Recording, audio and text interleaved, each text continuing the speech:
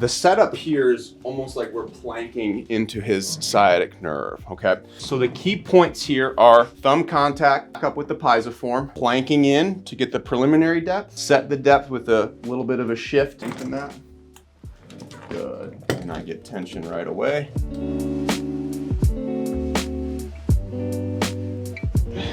So treating this is going to be similar to palpating this, right? If you've done the palpation right, you will be a good portion of the way there in terms of treatment. Now it's just making sure that we get to depth, we get in that position, we lock that position, and then we add some tension in through it. I'm going to actually have you scoot down a little bit for me.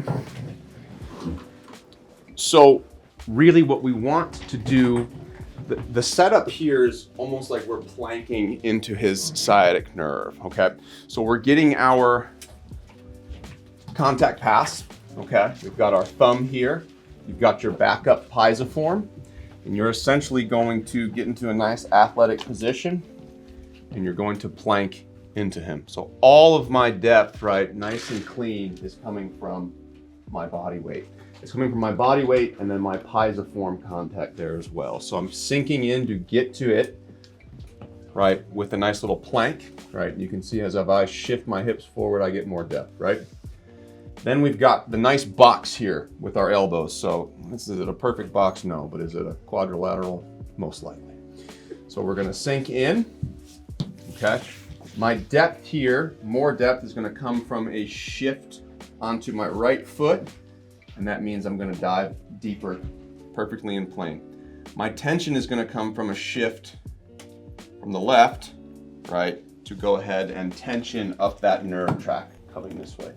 So again, if I don't have my backup hand here, right, it's gonna be a little bit difficult, but we've got depth with that hip shift, tension with that hip shift, and it's pushing back at me. And that's just gonna simply go ahead and lengthen that. Good, and I get tension right away. He's gonna drop an adduct hip. It's gonna keep going. Glutes with my left hand. Perfect. Good. And that would be a pass. So the key points here are, right, thumb contact, back up with the pisiform, planking in to get the preliminary depth, set the depth with a little bit of a shift on the contact side, set the tension, the non-contact side, set the tension with the contact side, find that tension clock, right? Because if I come in through here and I push up, move for days, come down here, it's actually better. A little bit less, pop in through there, find your tension clock and just hold like a statue, right? And as the assistant goes and lengthens the leg, you'll feel that tension really, really ramp up for you. On the quad earlier, you were saying that the first point of tension is that mild like grab or shift in the hand and then the body shift. Are we doing the same thing here or do we not have that? As a general rule of thumb, depth, there should be relatively no tension in your hand. And then we need to do a little bit of grabbing so that this isn't completely loose when we do tension. So yes, putting a little bit of tension into your hand before you take your tension set will help it be solid in the right spot you're in. Something like 2 to 3 pounds. Like just a little bit in there. There's almost hardly any movement. It's just enough to activate the hand isometrically so that as you go and you ramp up, you don't start to kind of fall apart and through your hand and then your thumb starts to hurt and you get nub thumbs like we all have. Yes.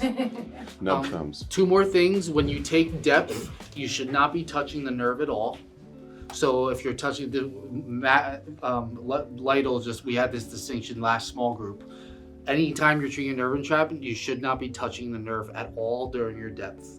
And then tension set is generally towards the PSIS sacrum area.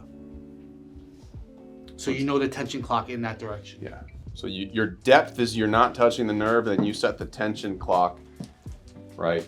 It's kind of into the nerve a little bit, almost it's underneath and in, all right? It's kind of this weird distinction to where you don't want to go across the nerve on plane with it, because really you're not going to get anything. You're sinking to depth. I'm not feeling the nerve at all because the nerve is there, right? And as I come into depth, I'm there, and then I'm setting that tension into the nerve, right, at about a 45-degree angle. And that's going to be my tension clock essentially for this structure in particular.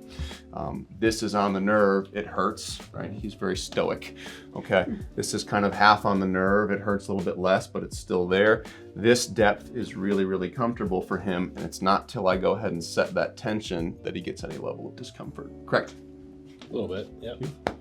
Awesome. Try it out. And with this, you're not tracing the tension. You mean You're just- tracing the tension. You're not going to follow if you lose point of contact. Meaning if you're on it, right? If you're on that adhesion, whatever it would be, and then you're starting to move the leg, are you following the line You're of trying to tension? stay on plane, yes. So if it involves you having to move, Well, so if the leg is coming up this way, right, and my tension sets here, and the leg's coming up, you got to keep kind of following that into that space. so you're going to Yeah, you're going to come around. You're not trying to get off of that point. No, which is one of the reasons why being at the bottom of the table can be very, very helpful, because as that leg goes higher up, you can almost shift up with it. It's a little bit more of an advanced move, but it's something that you can work on today. Yeah, and if it feels like you're starting to lose the tension anyway, then be like, hey, pause, so your assistant knows to pause, but don't like back out of it, and then doctor make their adjustment to be back into the exact space that is at the point of tension, and then you can say go, and then you pick up where you were, so that it's like you're not chasing it. You can kind of set yourself to be in the best position to break down the adhesion.